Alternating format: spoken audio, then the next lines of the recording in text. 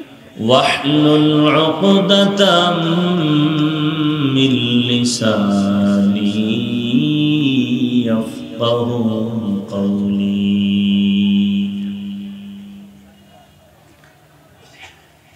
बातिल से दबने वाले ऐ आसमान ही हम बातिल से दबने वाले ऐ आसमान ही हम सो बार कर चुका है तू इम्तिहा हमारा सो बार कर चुका है तू इम्तिहा हमारा तौहीद की अमानत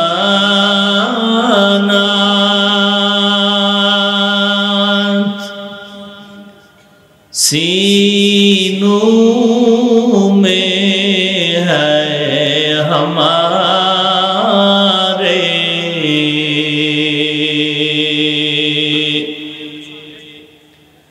तौहीद की अमानत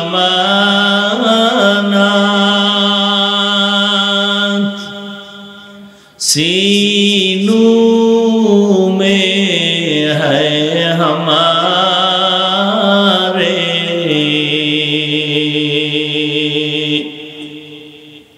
आसान ही मिटाना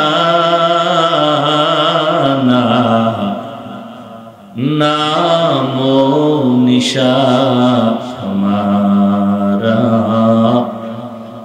आसान ही मिटाना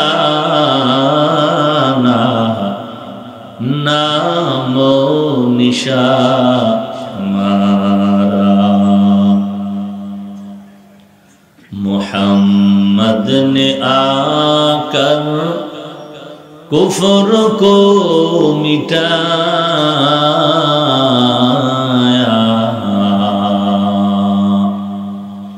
कुफ्र को मिटाकर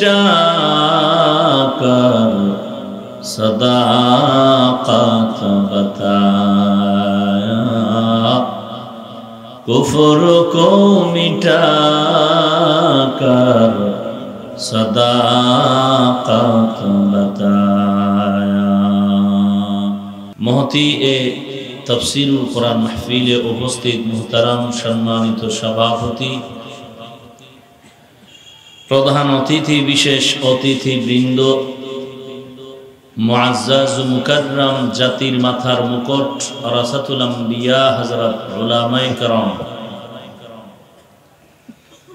दूर दूरान्त থেকে আগত আল্লাহ পাকের আশিকিন জাকিরিন শাকিরিন মুহিব্বিন মুরব্বিয়ান নিজাম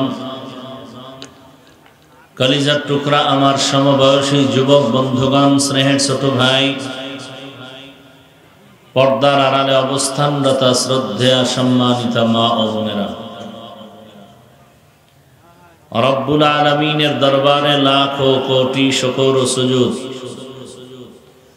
যে মহান রব্বুল আলামিন ফিতনার জামানায় কোরআন ও সুন্নাহর ভিত্তিতে সহি তরিকায় কিছু কথা বলার জন্য শুনবার জন্য আমাদেরকে কবুল ও মঞ্জুর করেছেন নেয়ামতের শুকর আদায়ার্থে মুসলমান হিসেবে ঈমানের আওয়াজকে উঁচু করে এক আওয়াজে উচ্চ কণ্ঠে সকলেই কালিমাতুশ শুকর উচ্চারণ করি আলহামদুলিল্লাহ লক্ষ কোটি দরুদ ও সালাম সৈয়দুল মুরসালিন রাহমাতুল লিল আলামিন শফিউল মুজনিবিন খাতামুন নবিয়্যিন সৈয়দুস সাকালাইন ইমামুল মুরসালিন শফিয়ে আযম রসূল আকরম রহমত আলম নবিয়ুল আরব ওয়াল আজম হাবিবে কিবরিয়া अशरफुल अंबिया सय्यदुल अंबिया शफीए महशर साक़ी कौसर आका नामदार मदीना का ताजदार, आफताब नबूवत, फ़ख्र मौजूदा, सय्यदुल मखलूक़ा हज़रत मुहम्मदुर रसूलुल्लाह सल्लल्लाहु अलैहि व आलिहि वसल्लमेर উপর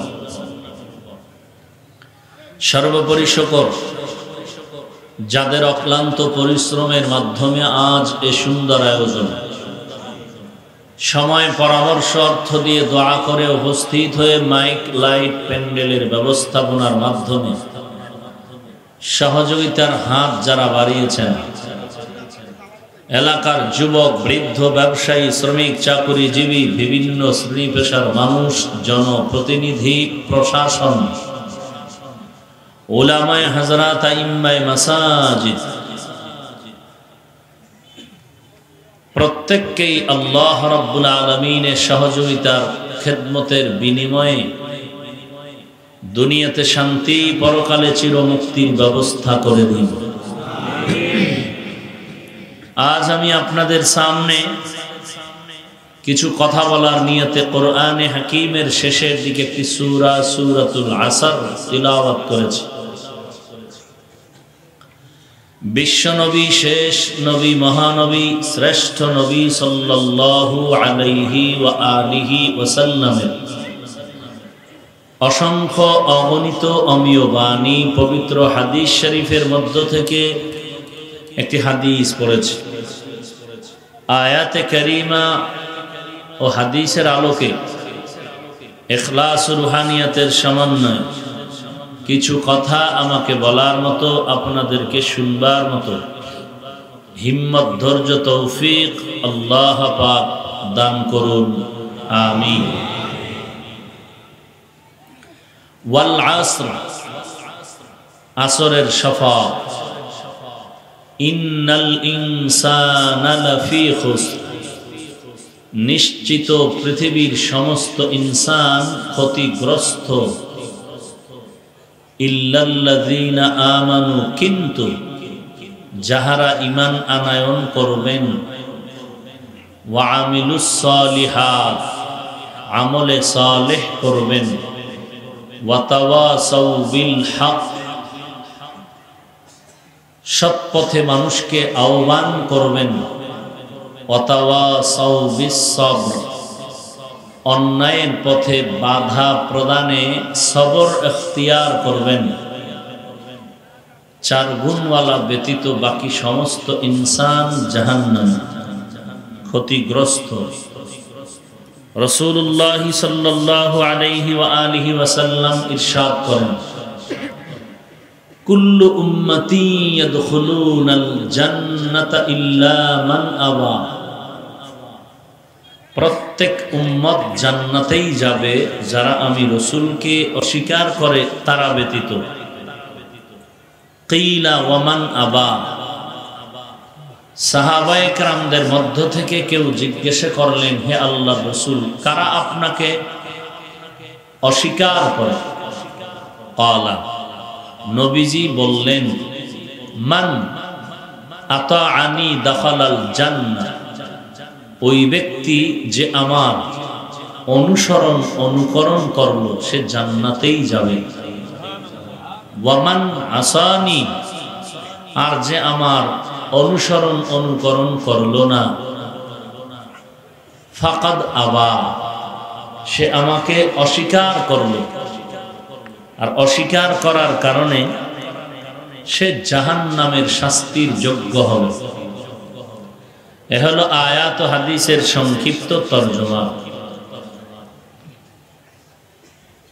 যেই সূরাটা আমি পড়েছি সকলের মুখস্থ করা একটি সূরা। যারা কোরআনে হাকিম পড়তে শিখেন নাই, এদের মধ্যে অধিকাংশ এই সূরাটা মুখস্থ পারেন,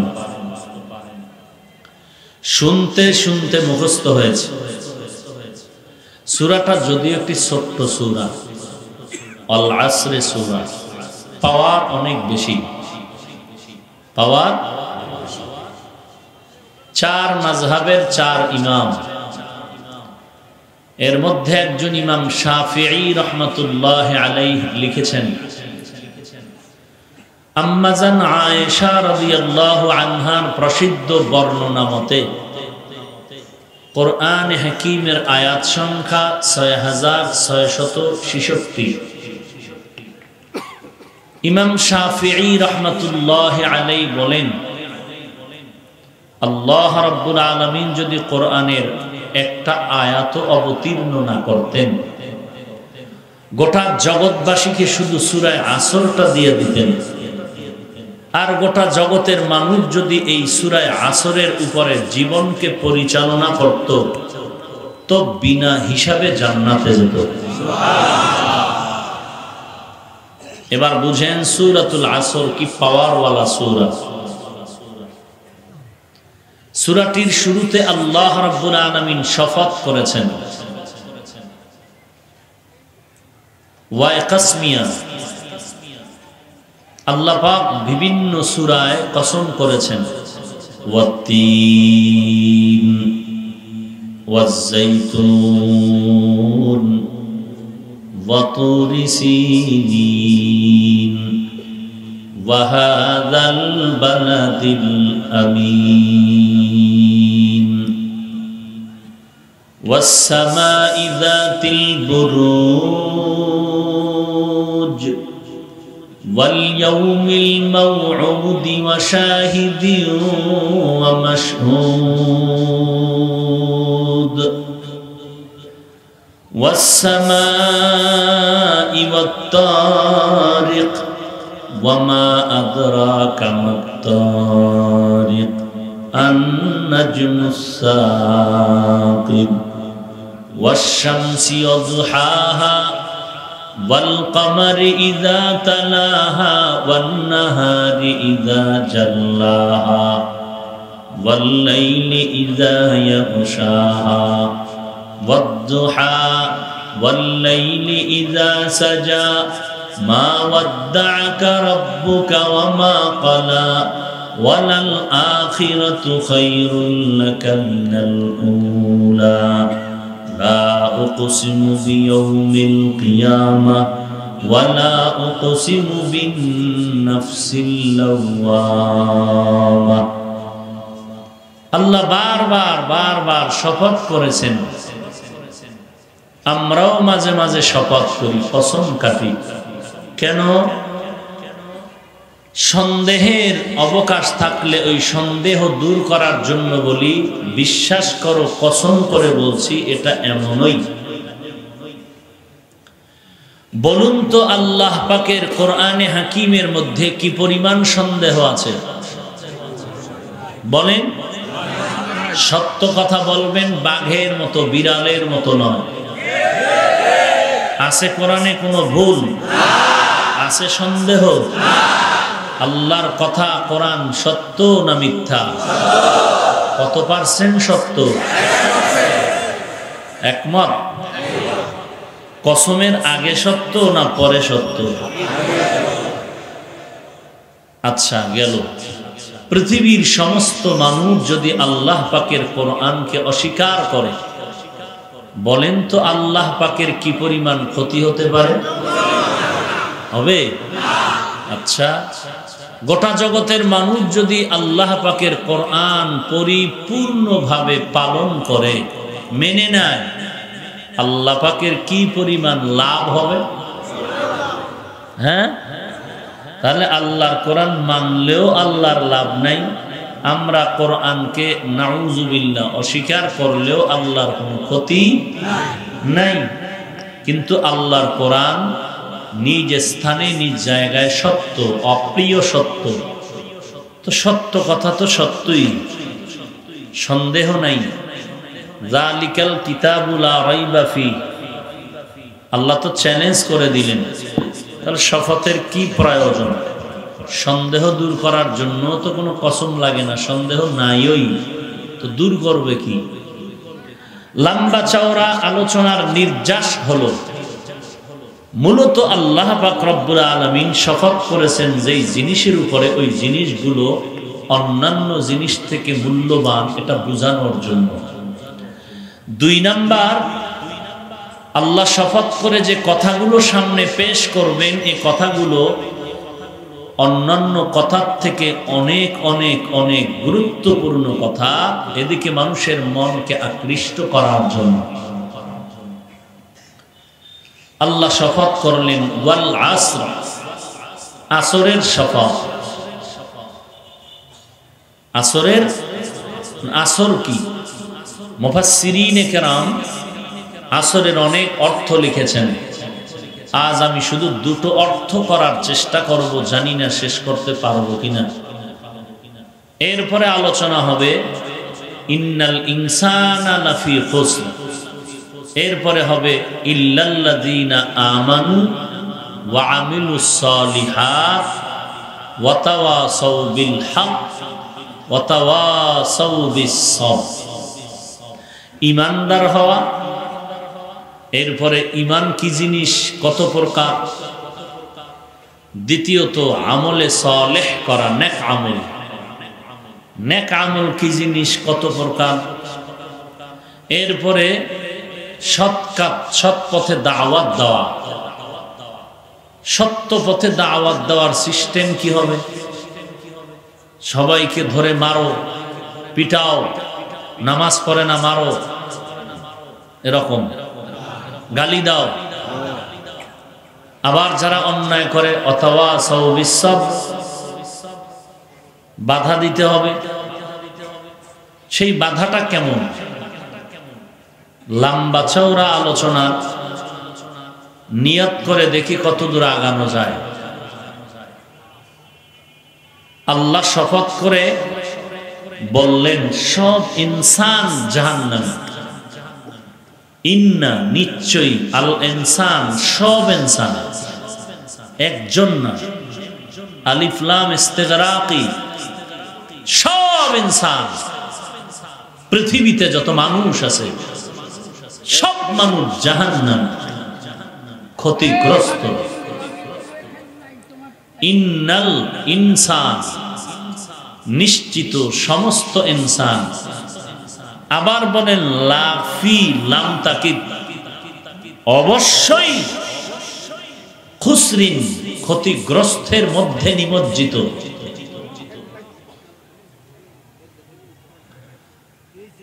কিন্তু কথা কিন্তু শেষ না,